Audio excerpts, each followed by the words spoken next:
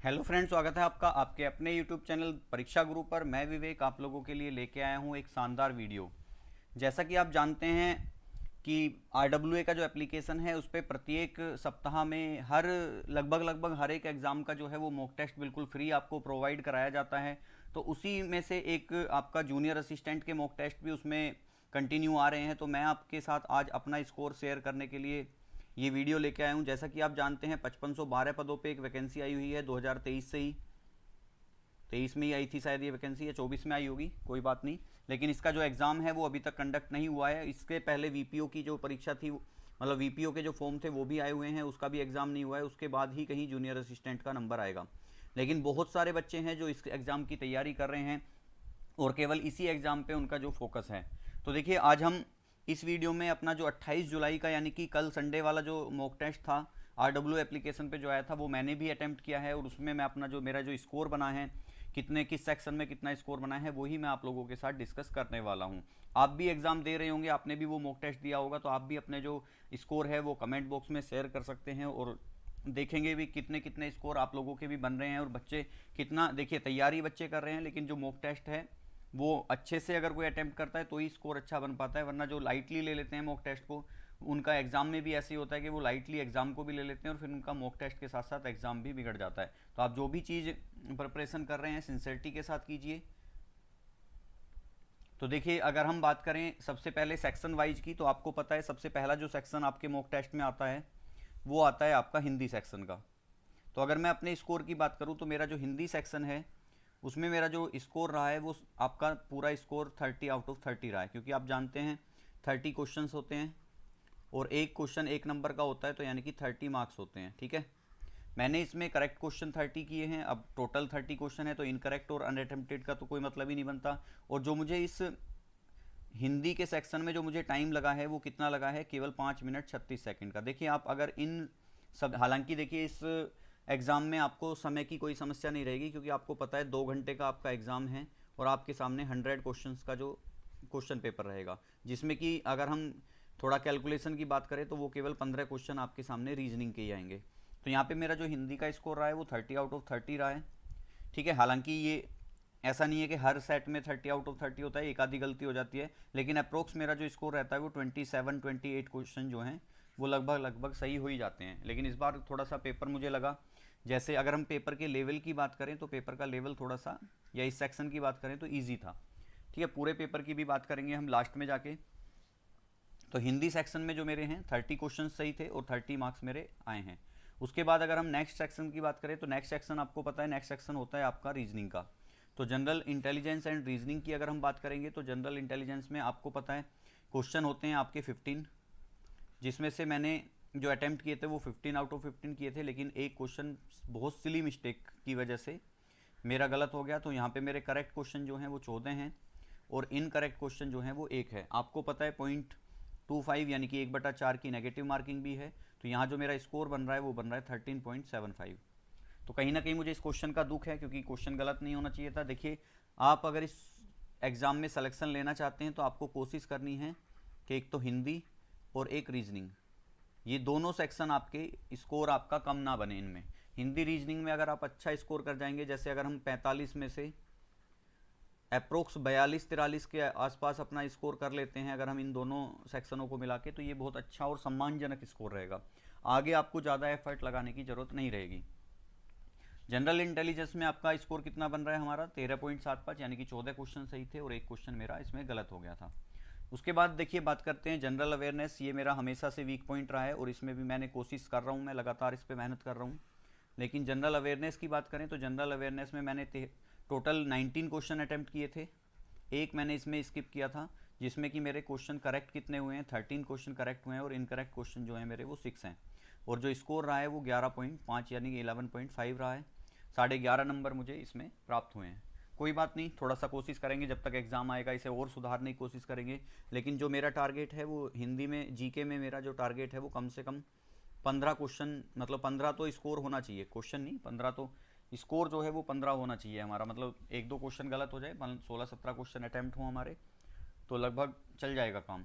उसके बाद अगर हम कंप्यूटर फंडामेंटल की बात करें, वैसे तो देखो अभी कंप्यूटर जो है मैंने पढ़ा नहीं है, क्योंकि अभी जो है मैंने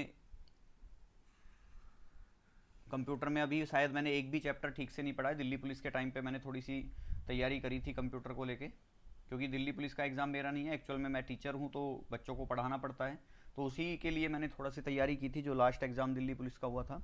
तो उसमें कंप्यूटर की बात करें तो मैंने 15 के 15 अटैम्प्ट किए थे, जिसमें से मेरे 12 करेक्ट क्वेश्चन सही हैं और आपके 3 जो हैं इसमें इनकरेक्ट हो गए। तो अगर मैं स्कोर की बात करूँ तो यहाँ पे मेरा 11.25 जो है वो स्कोर रहा है कंप्यूटर में। हालांकि ये एक अच्छा स्कोर है, लेकिन पेपर के लेवल को देखते हुए, और अगर हम जूनियर असिस्टेंट 1262 की बात करें, जूनियर असिस्टेंट 1262 की बात करें और इस पेपर की लेवल की बात करें तो एक 20, अगर ये 20 है तो वो 75 था, या हम 25 और 75 कर सकते हैं कि इस पेपर को हम 25 कहेंगे तो वो इससे 75 था।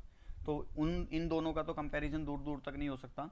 और अगर हम टाइम की बात करें तो देखो मैं टाइम भी आपको बता देता हूँ। जैसे मैंने बताया था हिंदी में मैंने कितना टाइम लिया था, 5 मिनट 36 सेकेंड। रीजनिंग की अगर मैं बात करूँ तो रीजनिंग में मेरा जो टाइम है, हालांकि देखिए ये जो टाइम है रीजनिंग का 30 मिनट 44 सेकेंड का टाइम, लेकिन मैं क्या करता हूँ, मैं मॉक टेस्ट देते समय थोड़ा सा दाएं बाएं ध्यान लगा देता हूँ, तो इसलिए इतना टाइम रीजनिंग में नहीं होता। रीजनिंग में मैक्सिमम, हालांकि देखिए इस एग्ज़ाम को लेके हमें कोई दिक्कत नहीं है, क्योंकि हमारे पास सफिशेंट 2 घंटे होते हैं, और 2 घंटे में से अगर हम 1 घंटा भी रीजनिंग को दे देंगे अपने 15 क्वेश्चन को, तब भी काम चल जाएगा हमारा, ठीक है। तो जो हमारा मेरा टाइम है इसमें 30 मिनट 44 सेकंड का है, तो ये एक्चुअल टाइम नहीं है, क्योंकि ज़्यादा से ज़्यादा मुझे इसमें 12 या 13 मिनट लगे होंगे। जैसे आप हिंदी की देखिए 30 क्वेश्चन को मैंने 5 मिनट में कर लिया। रीजनिंग में यहाँ ज़्यादा टाइम आ रहा है, लेकिन जैसे ही हम जनरल अवेयरनेस पे आते हैं तो वहाँ मेरा टाइम कितना है, वहाँ केवल 4 मिनट 9 सेकंड लगी हैं, जिसमें करेक्ट आंसर में 2 मिनट 27 सेकंड और 1 मिनट 36 सेकंड, क्योंकि गलत ज़्यादा हुए हैं। कंप्यूटर की बात करें तो देखिए यहाँ पे कंप्यूटर में भी आपको 2 मिनट में 15 के 15 क्वेश्चन हो गए थे, 2 मिनट 39 सेकंड में, जिसमें से मेरे 12 सही थे और 3 गलत हैं। उसके बाद यूपी जीके की बात करें, यूपी जीके पे अभी काम चल रहा है मेरा। तो यूपी जीके, क्योंकि आपको पता है यूपी जीके यहाँ पे मोस्ट इंपॉर्टेंट रोल प्ले करने वाला है, क्योंकि एक ही जीके की भी बात करें तो एक ही सब्जेक्ट से अगर 20 क्वेश्चन आपको देखने को मिल रहे हैं, तो कहीं ना कहीं आपको इसमें अपना सुधार करना पड़ेगा। जैसे मैं अपनी बात करूँ तो मैंने यहाँ पे 19 क्वेश्चन अटैम्प्ट किए थे, जिसमें से मेरे 17 क्वेश्चन बिल्कुल सही हैं और 2 क्वेश्चन इसमें मेरे इनकरेक्ट हो गए, और यहाँ पे मेरा जो स्कोर बना है यूपी जीके का वो बना है 16.5। हालांकि ये +-1 अभी होना, +1.5 होना चाहिए, कम से कम 18 के आसपास ये स्कोर होना चाहिए था, पर कोई बात नहीं। और इसमें भी केवल मुझे 5 मिनट का समय। देखिए ओवरऑल अगर हम बात करें तो हालांकि इसमें आपको लग रहा होगा कि रीजनिंग में 30 मिनट लग रहे हैं, लेकिन ये पूरा ही पेपर 35 से 40 मिनट का होता है। मैंने और भी मॉक टेस्ट दिए हैं, उसमें 35 से 40 मिनट मैक्सिमम टाइम लगता है।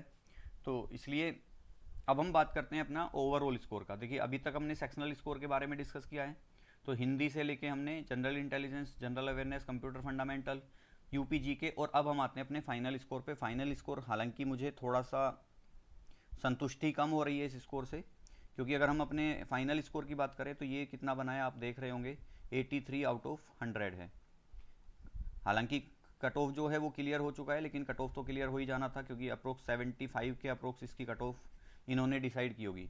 रैंक की बात करें तो जब ये मैंने आपको स्क्रीनशॉट लिए हैं उस टाइम तक 1341 बच्चों ने ये पेपर दिया था, और उसमें से मेरा जो रैंक बना है वो 99 बना है। परसेंटाइल की बात करें तो 92.62 है, और इसमें अगर मैं टोटल की बात करूँ तो मेरे करेक्ट जो क्वेश्चन है वो 86 हैं, और 2 मेरे इनकरेक्ट, सॉरी 12 मेरे इनकरेक्ट हैं, और इसमें मेरा 2 जो है वो अनअटेम्प्टेड था। तो ये जो आंकड़ा है कहीं ना कहीं इस पर हमें वर्क करना पड़ेगा, क्योंकि इनकरेक्ट क्वेश्चंस का जो संख्या है वो जितनी कम होगी उतना ही आपका स्कोर ऑटोमेटिक बढ़ता चला जाएगा।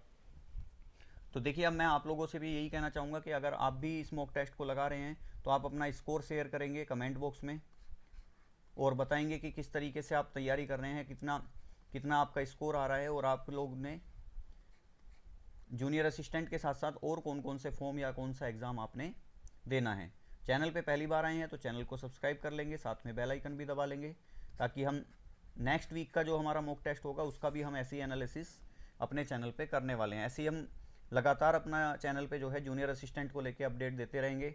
एग्ज़ाम की बात करें तो एग्ज़ाम जो है देखिए अभी इसका कोई कंफर्म क्लैरिफिकेशन तो नहीं है, लेकिन अप्रोक्स मान के चल रहे हैं कि सितंबर